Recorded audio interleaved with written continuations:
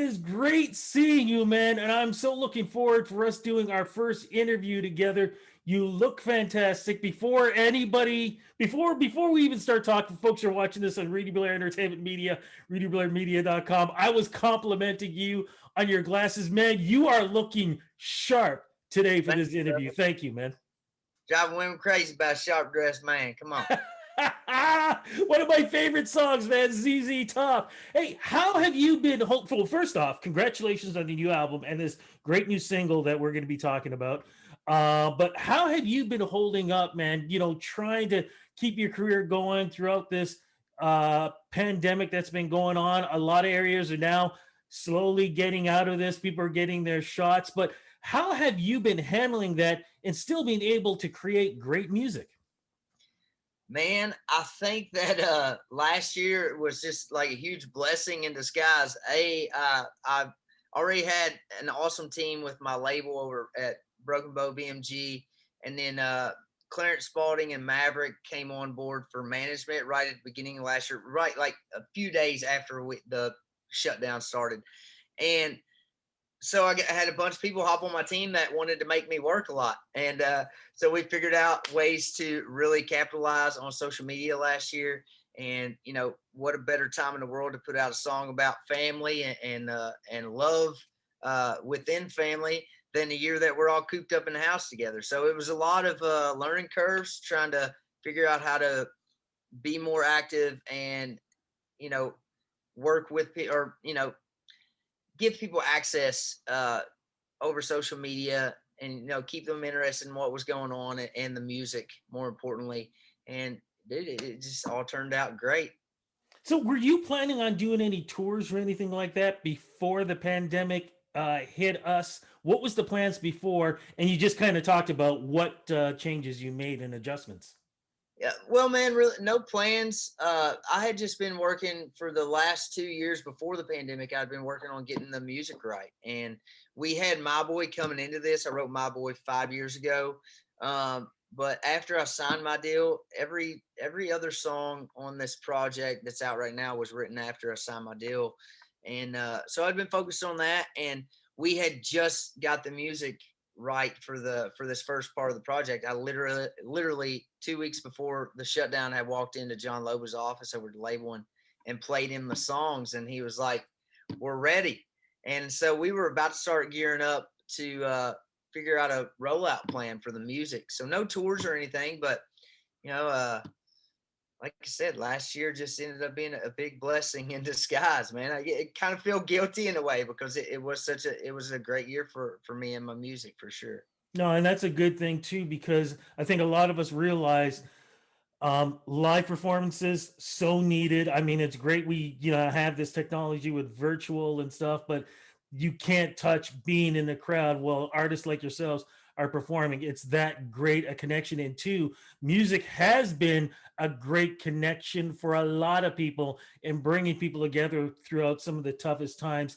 You have an incredible voice, an incredible spirit. That voice and spirit in music, from what I understand, man, really started out in the church. Can you talk about a little bit about the love of music, where it came from, man? Because your combination is absolutely amazing. Man, I appreciate that. It doesn't feel that great right now. I'm a little, throat's a little wore out. I got a show tomorrow night too, so I'm speaking of church, I'm praying right now. Help me out for tomorrow, Lord. But no, man, my mom says, I was born on a Sunday. The following Sunday, she had me held tightly beside a hymnal at Walnut Grove Missionary Baptist Church. And I grew up singing those hymns and learning how to sing harmonies, and quickly developed a love for gospel music, hymns in particular.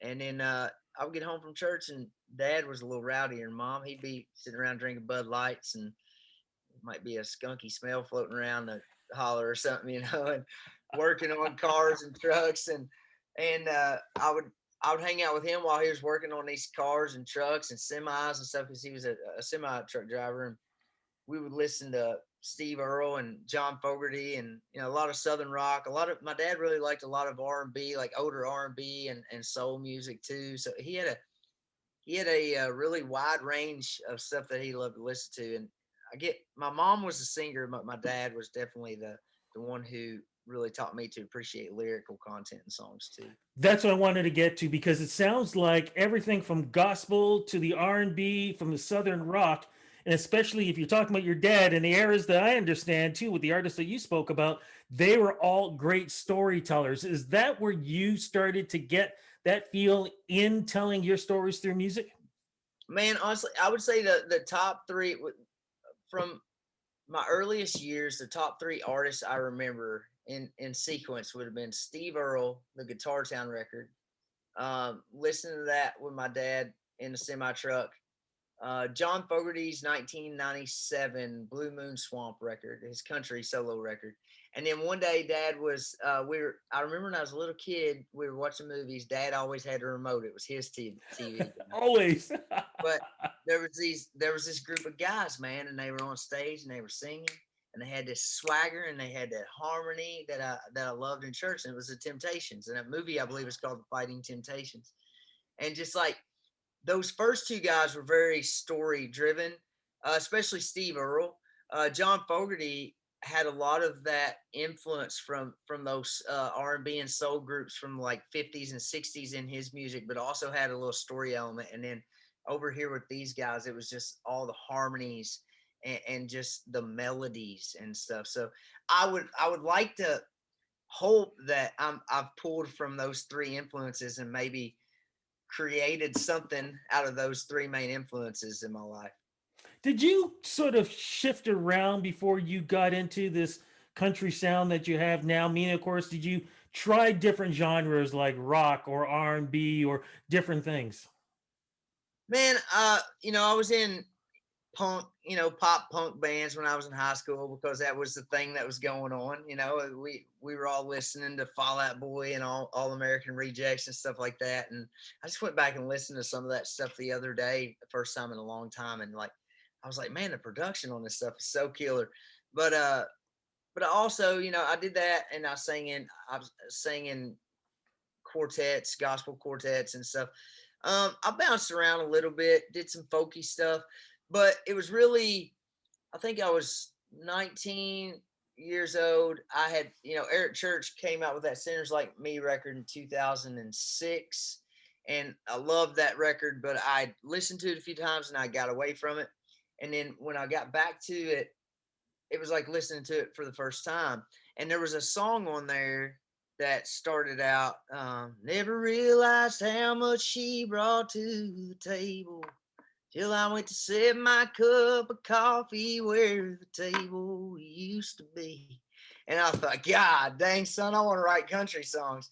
And so I literally quit listening to that and went and wrote this song called I Like the Way That Sounds. And that was like my first ever solo country write. What was that like? And also, what was it like for you in the beginning to start to hear your music being played and you starting to get that attention, especially going from smaller clubs to larger venues? Man, there was a whole process that took, that was when I was 19 or 20 years old. And it wasn't until a year and a half to 2 years ago that I really started to feel like I was settling into my groove of like how I wanted to tell my story and how I wanted my songs to come across sonically and everything. And that's just on this project. I've still got to go through that whole learning process over again for the next one, right? Because hopefully no records like the last one. But to hear people, so we spend a year not playing any shows. I'm watching this song blow up on social media and take off at radio and streaming and everything. And I'm not getting a lot of feedback other than just, people on my team that I'm talking to and social media, but no like seeing it firsthand. And what I've noticed is when I first wrote that song, I used to go out and play it. And I can't help but like think about my wife and my boy when I'm playing the song.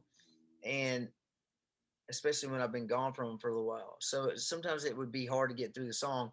And then I got to a point for like 2 or 3 good years. I could sing that song no problem. It didn't bother me a bit. But I just got back from Wisconsin last weekend and I didn't know if I was going to be able to get through it 2 nights in a row. And one night, I mean, I choked. It was bad.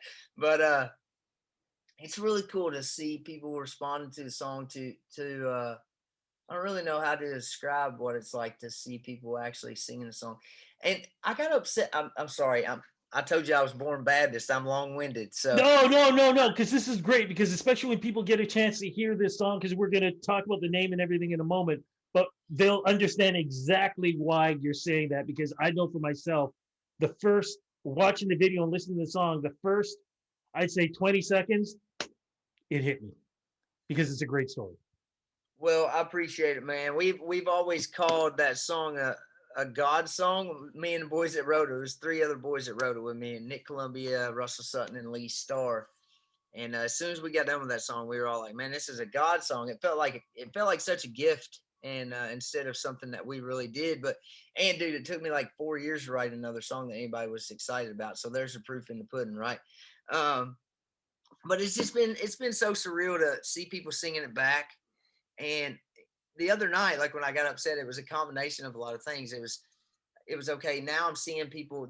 I knew there were people out there that had sent me their stories on social media because they had sent me a message on social media before the shows, and I looked back and seen where they told me their whole story, how they related to the song. So not only that, but then there's people singing it back to you, and then just seeing people in crowds again, man, and like being on stage and seeing people enjoying music and not worrying about work or money or nothing, but just having a drink and listening to music, like that was like one of the most emotional parts for it of it for me. So All right, let's get to it. What's the name of this new single and what's the story behind it? Because it's a beautiful, beautiful story. new single, My Boy, started started almost 10 years ago now. I met my wife at a bar in Bowling Green, Kentucky, where we were going to college, and she had a little boy that was 5 years old, and we ended up moving back to her hometown. Got married a year after we met each other. I became a stepfather. Um, I had taken like a 3 year break from music altogether, but I started coming down to Nashville.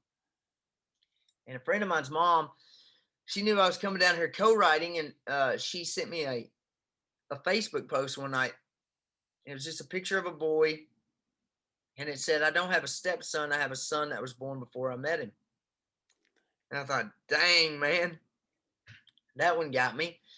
So I'm sitting on the back porch of this house up in Hendersonville, just above Nashville, where I was staying with some co-writers coming down here, and we were just hanging out. And I was telling them about that post, and we started talking about, why don't we try to write something around that? And my buddy Nick Columbia looked at me and said, "Well, man, tell me about your son." And I said, "Dude, he's my boy."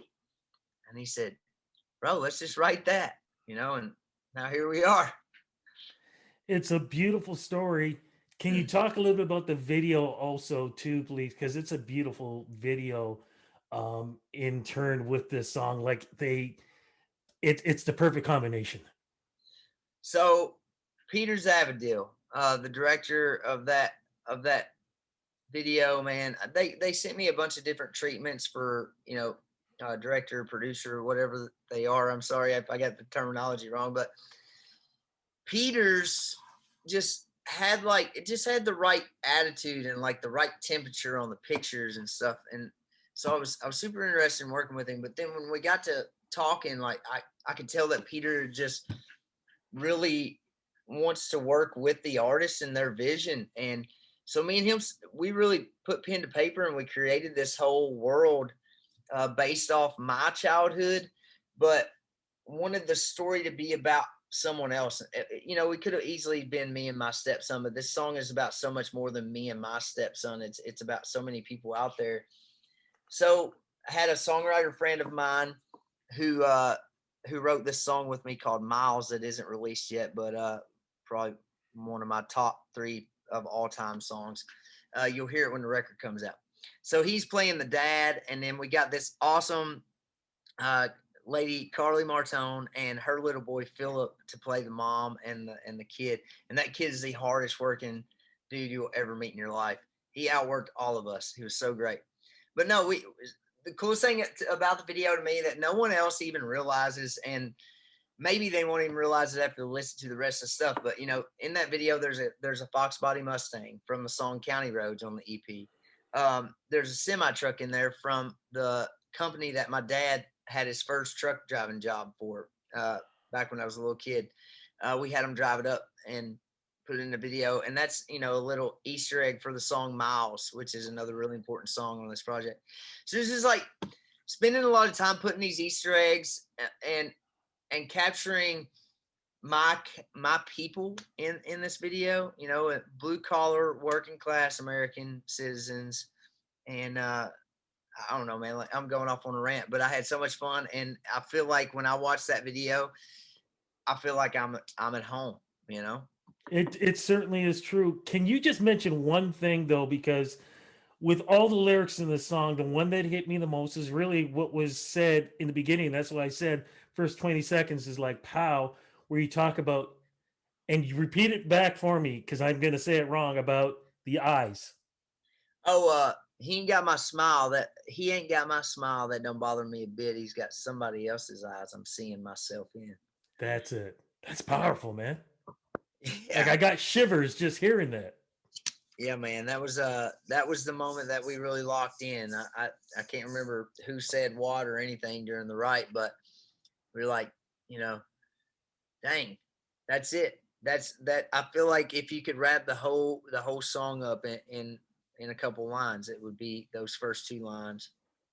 Um, and then, man, one of the funniest parts about that, right? We were trying to put together that second verse part where it says, with let's see, hit me like a train the first time he called me dad, in a three-stick figure crayon picture with all of us holding hands. And we had said that line so many different ways, and finally Lee Starr, you just have to know him, but he sent back, he says, well, boys, why don't we just say three-stick figure crayon picture with all of us holding hands? And I was like, well, boys, why don't we just say that? But yeah, man, I'm I just feel blessed to be a part of the song. I'm not trying to pat myself on the back or anything. Damn, no, no, no, no. I'm gonna interrupt you. Pat yourself on the back on that one, man, because that is a forever song. Because really, that song just doesn't represent stepfather, if you want to use the term, and son. This is about mentors. This is about leaders. This is beyond just that. You've created a song that really connects elder and younger together, and it doesn't matter where that age process is. It's an incredible song you did, man. Pat yourself on the back. Thank you, brother. I appreciate it. I got a lot of great co-writers in my corner, and sometimes the force is with us, I guess. Absolutely. Now we talked about this song is connected to an EP. What's this EP going to be like, and when are we going to get a chance to be able to get our hands on this? So you can get your hands on the EP right now. It's called County Roads. It's a 6-song project. Uh, we had put a bunch of songs together and written a bunch of songs, and I was trying to figure out what's this first project going to be like. How do I want to introduce myself to the world? And I was watching Dazed and Confused. You can see the smile on my face on here. Dazed and Confused, and I went and watched another favorite movie of mine, car movie called American Graffiti. Two coming of age movies, and I thought, man, while I was watching those movies, I was like, dang, it's like everything that's happening in the 70s is the same thing that I was experiencing in the early 2000s. The cars are just different, you know?